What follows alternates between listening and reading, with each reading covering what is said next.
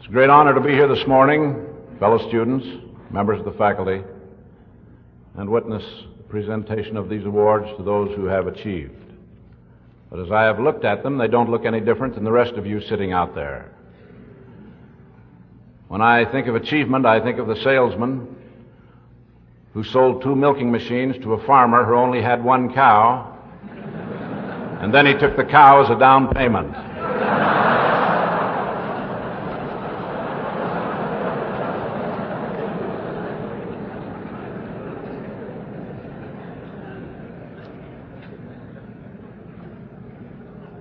I can't think of any greater achievement than that in the field of salesmanship.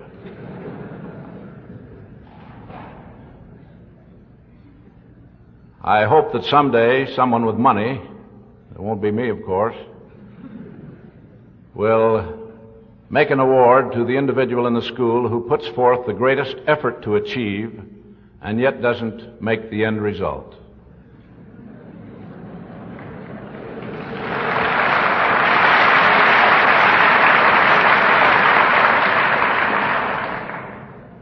I studied law with a young man in George Washington University who never passed in any of his subjects except one. And the professor of that class was called before the faculty and reprimanded for passing him. He was told that he certainly knew that this young man wasn't passing in that class. And the reply of the professor was that to get to his own office in the school, he had to go through the law library. And he said, every time I go through that law library to my office, this young man is there studying. Doesn't matter whether it's a holiday or between classes or in the evening. He is there digging out the law. He says, I pass him because of the effort he is making to learn. And he says someday he will be a valuable man in some law firm because he'll know where to find the law. He'll know what books to refer to. And so this professor passed him because of the effort he was putting forth. I wish I had had professors like that while I was going to school. I saw one of my high school professors the other day who now lives in Honolulu. I met him in a restaurant. And he reminded me that I took first-year French from him for 2 years, and that I got a better grade the first year than I did the second.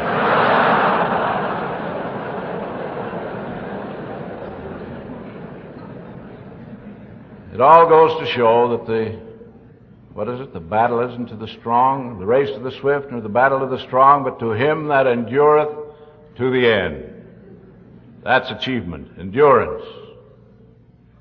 That's great achievement. And I know that as we go through life, those of us who are getting older every day, that the greatest achievement in life is not the acquisition of money. The greatest achievement to me is coming to the end of one's days, having been true and loyal to his ideals. I can think of no achievement greater than that. Maybe you've heard this report of a meeting that was held in the Edgewater Beach Hotel in Chicago in 1923. I'm going to read it to you on this occasion. A very important meeting was held at the Edgewater Beach Hotel in Chicago in 1923. Attending this meeting were 10 of the world's most successful businessmen and financiers.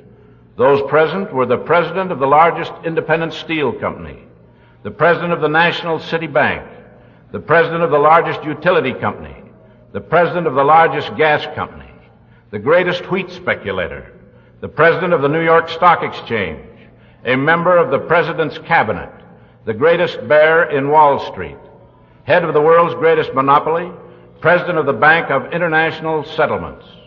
These were the men at that meeting in 1923. And we must admit that here were gathered a group of the world's most successful businessmen, men in the business of making money.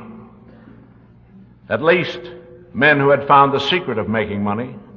But 25 years later, let's see where these men are.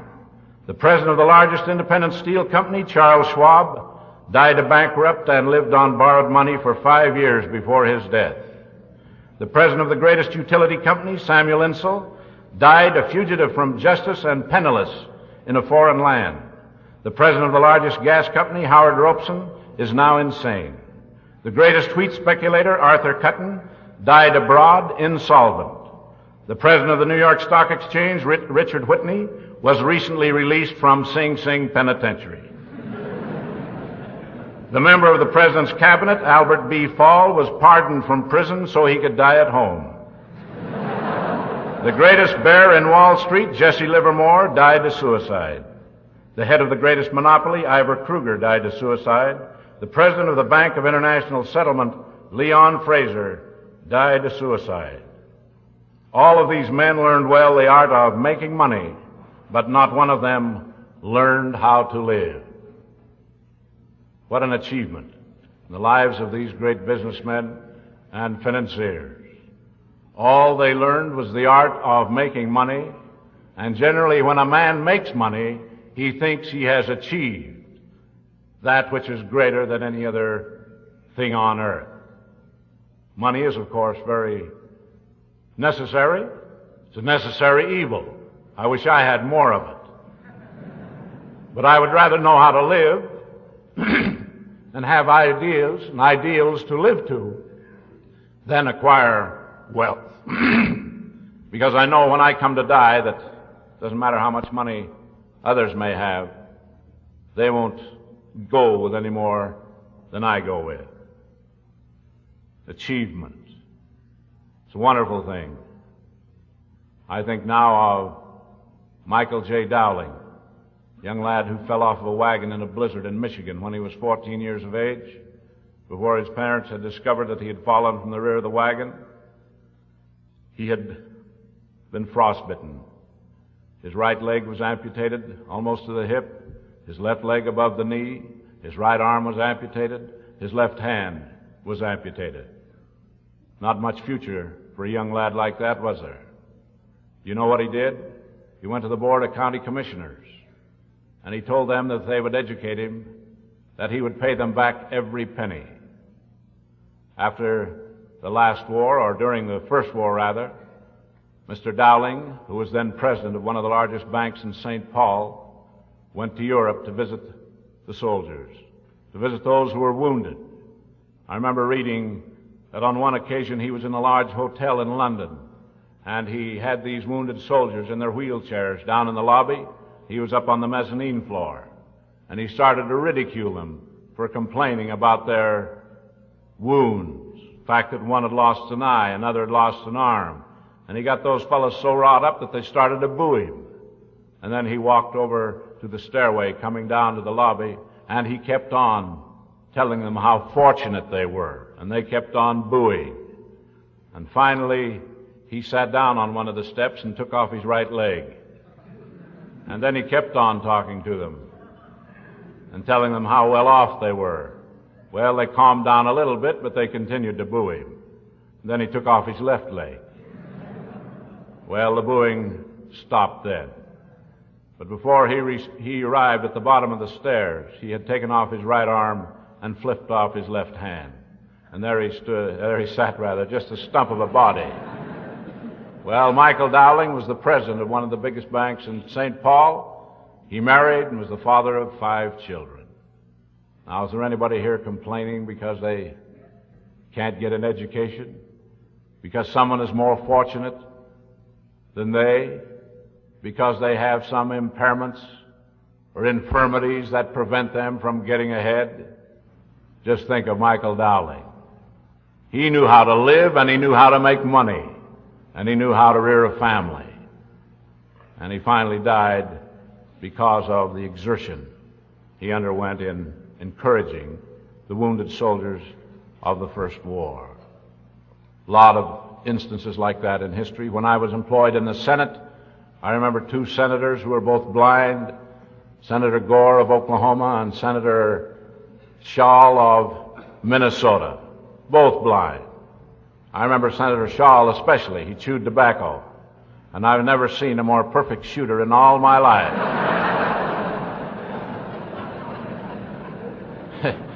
He would sit in his chair in the Senate, and then with his feet he would get the cuspidor in the right spot, and then he would sit there. I used to stand there by the hour and watch him. Never missed. Never missed and couldn't see a thing.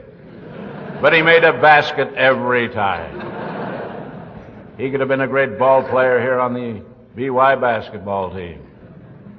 Man so expert in that. Senator Gore used to go to all the ball games. And it was no one that cussed the umpire like Senator Gore. He couldn't see the ball players, he couldn't see the plays, but he'd catch the spirit of it. And he'd go to the movies. He'd go to the movies and he'd have one of his clerks with him they didn't have talkies in those days, but the clerk would read the headings on the screen and he would appreciate the picture. And so men with these great handicaps achieve, so why can't we? We can all achieve.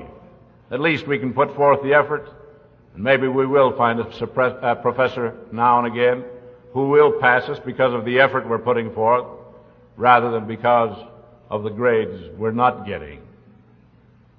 I think now of the great play Cyrano de Bergerac. Edmond Rostand, I think, was the author of it. Brother Pardo can correct me. I saw that many years ago. Walter Hampton played it. I always remember the final scene in that great play. It's been in the movies recently. Many of you may have seen it. But you know, Cyrano was a man with a long proboscis or nose or whatever you call them. People made fun of him except when they were in his presence, only behind his back. If they ever talked about that nose in his presence, it meant a duel. Well, old Cyrano, he was disappointed in love. He had the Dear John experience.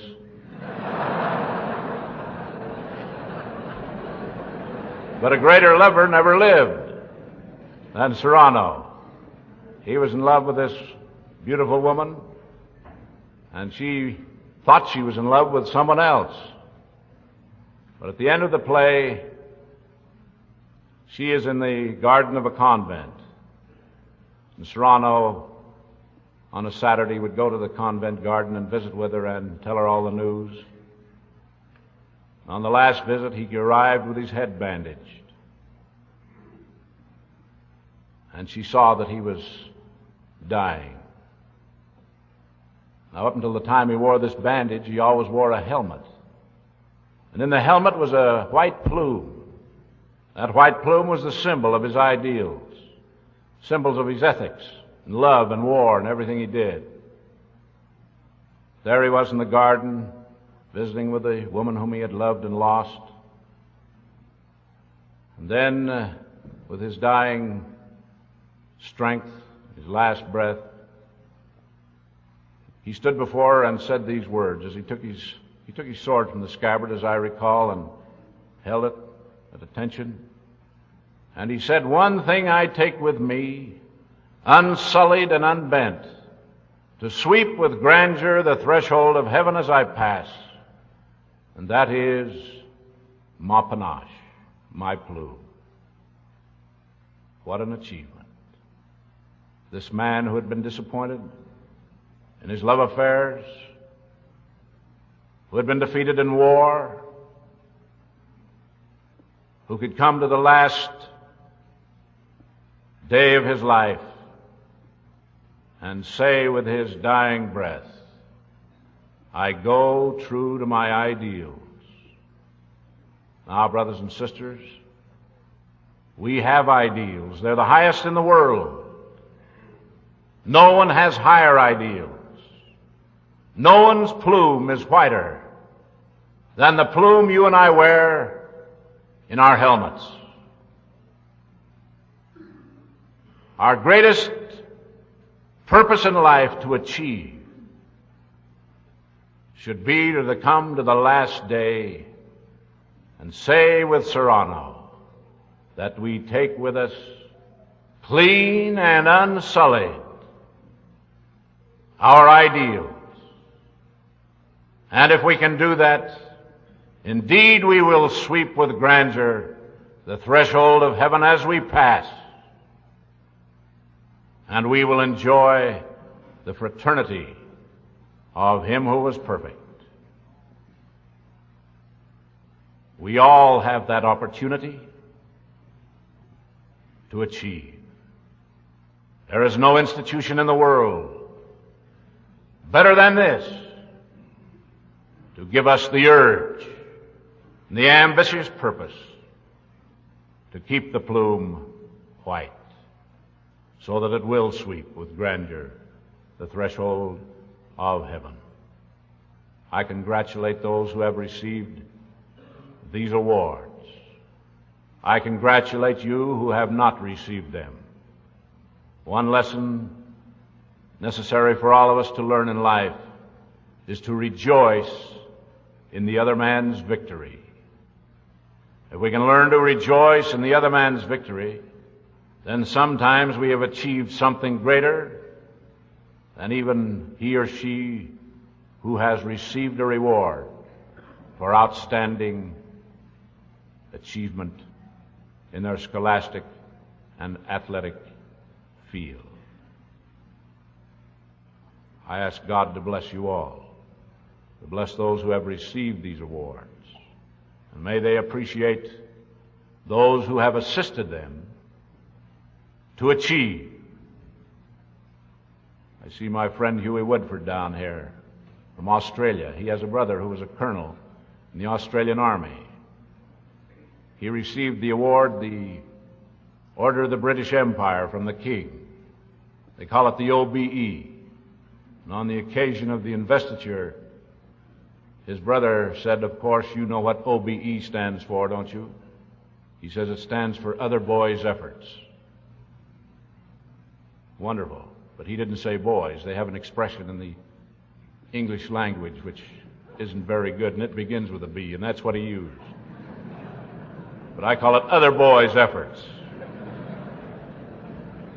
So whenever I see anyone receiving an award, I think of Colonel Woodford, who accepted that award because he knew he received it due to other people's efforts, due to his battalion, his outfit in the war.